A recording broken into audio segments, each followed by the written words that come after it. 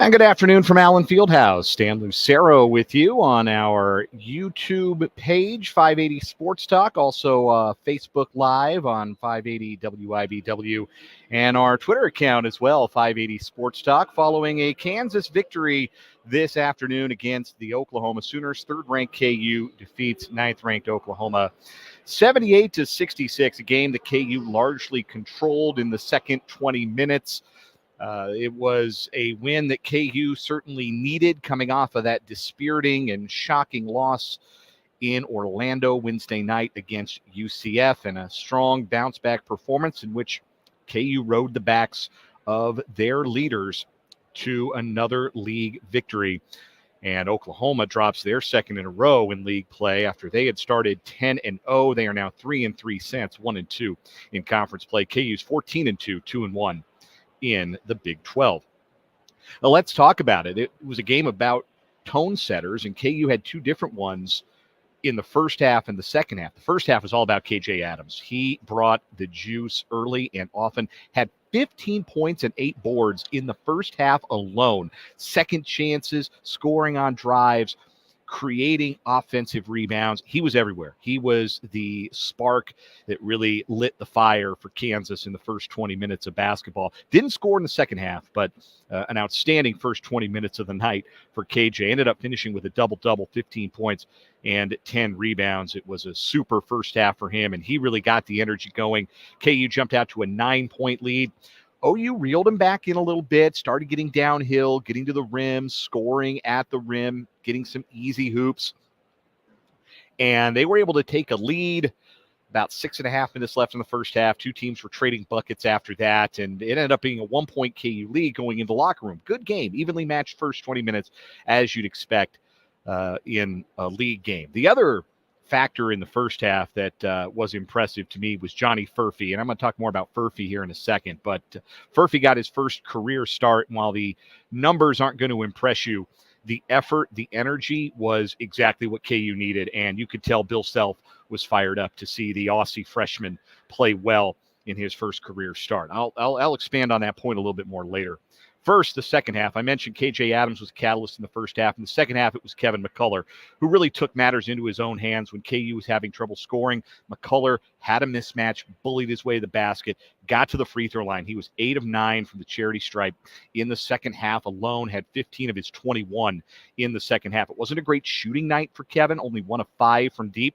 Really, KU didn't shoot the ball from deep at all well, just 3 of 15. But McCullough was 10 of 11 at the free throw line and stabilized the game and really allowed for Kansas to maintain the momentum.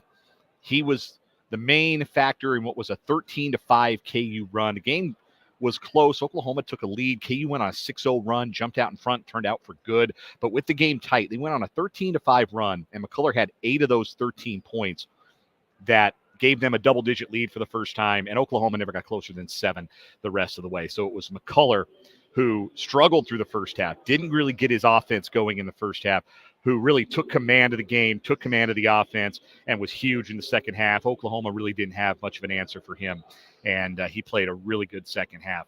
The constant over the 40 minutes was Hunter Dickinson. He was really good tonight. 24 points, 14 rebounds, another double-double, 10th of the year for Dickinson, who it's been said has been working through a bit of a knee injury. He knocked knees with a teammate at practice, wasn't really right for the UCF game, and is still kind of working through it. But boy, he was terrific this afternoon. And it wasn't just the scoring and rebounding. Hunter can get that whenever he wants.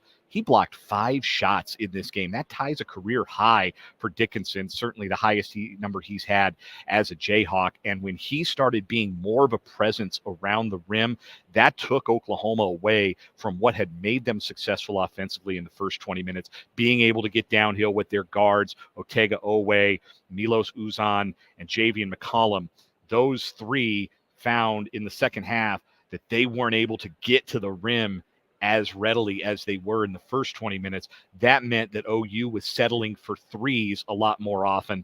They went 3 of 11 from deep in the second half, just 6 of 20 in the game.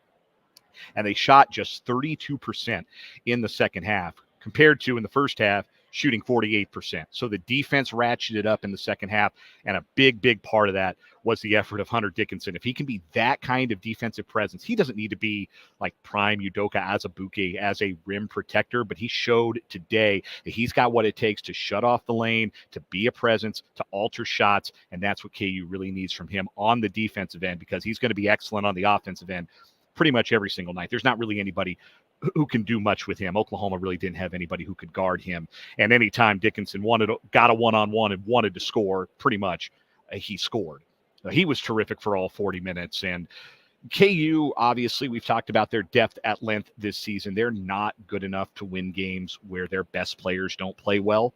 Today, their best players played well. And that's why they walked out with a 12-point win that was pretty comfortable in the end. Once they took a 16-point lead with about 4 minutes to go, that was pretty much all she wrote. The under 4 timeout and on kind of felt pretty rote, pretty much like both teams just kind of going through the motions and ready to go home. So a good win for KU. Two other guys I want to talk about real fast. I mentioned Johnny Furphy, first career start for him.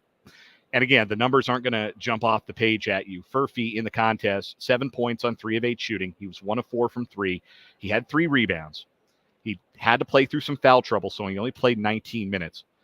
But I think that Bill Self has his starting lineup solution. It just felt like a more seamless fit with him out there with the starting 5 or the other starting 4, as opposed to having Elmarco Jackson out there. And Jackson didn't play bad off the bench tonight. Jackson made his only field goal, played 18 minutes, 2 points, 2 rebounds, was active on defense, handled the ball fine. I don't think he played poorly, but Furphy's the guy with these other 4 starters, Harris and McCullough and Adams and Dickinson. I think that was incredibly clear from the start of the game that Furphy may not be a finished product yet. There's still some weaknesses on defense you're going to have to cover for with him, but the energy he brings, the floor spacing that he offers, he's the fit. I think he's going to start the rest of the games this year. I don't think Bill Self's going back from this point forward. Furphy gave such great energy early in the game. He forced a turnover with just sheer hustle and effort going into, I think it was a timeout early in the game. I think it was a media timeout that Bill Self got up off the bench. He was pumping his fist, double pumping his fist like KU had just won the game. He loved Johnny Furphy's effort. Furphy was really energetic, and he's going to play better. He's going to have nights where he shoots it better. He's going to grow into his offense. He's going to get stronger as his career goes on and grow into his defense, but he's the fit. There's no question about it after today. He's the fit next to those other 4 starters that's going to make that starting lineup really go. The question is going to be, off the bench, can they play well enough? Can they be okay in the minutes, particularly with Hunter Dickinson off the floor? I thought that was going to be a really important stretch. At the under 12 media timeout, Dickinson went off the floor. KU led by 9. Parker Brown came in for him. It was about a 3-minute stretch, maybe 2.5 minutes, where Dickinson didn't play, and the lead only shrunk by 1 point. That's the ideal. If you can be just -1 or -2 in those scenarios where Dickinson is off the floor, instead of being -6, -8, -10 in those disaster stretches, then KU is going to be just fine. So Parker Brown held his own. This is a bit of a better matchup for him. Oklahoma couldn't bully him on the defensive end. Brown had 2 points, made his only field goal, had a rebound as well. Again, the bench doesn't have to score a bunch. They just have to hold it in the road and give those starters a minute or 2 or 3 or 4 where they can be off their feet and have a little bit of fresh legs for the final minutes of the game. And the bench did their job in that capacity tonight, even with Furphy tonight a part of the starting lineup. One other thing I want to point out for KU before I go, the turnover margin. KU turned the ball over 18 times in that narrow win over TCU a week ago. Turned it over 18 times again on Wednesday in that loss to UCF. 2 turnovers tonight. That is an astonishing number. That is valuing the basketball. That is exactly what KU has to do, because they've got good enough offense. They run good enough stuff that if they get a shot, they're so efficient, they're going to score a ton of points. But you can't get a shot if you're turning the ball over. Tonight, they took great care of the ball. I think they had 1 turnover in each half. They didn't turn it over for the first 12 minutes. They had 1 turnover in the second half. Incredible ball security for the Jayhawks in this one, and a big part of the reason why they won. So KU 2-1 in league play, trying to keep pace with the leaders. There's going to be at least one fewer unbeaten team after today, with Texas Tech and K-State actually playing as I speak, as I record this.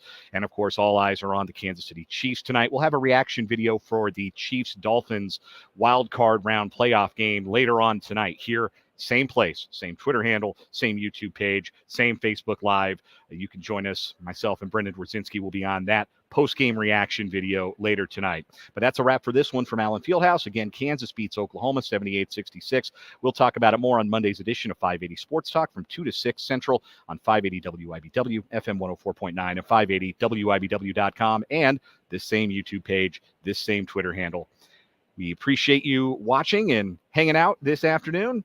Stay warm. Enjoy the rest of your sports day, and we'll talk to you later tonight after the Chiefs.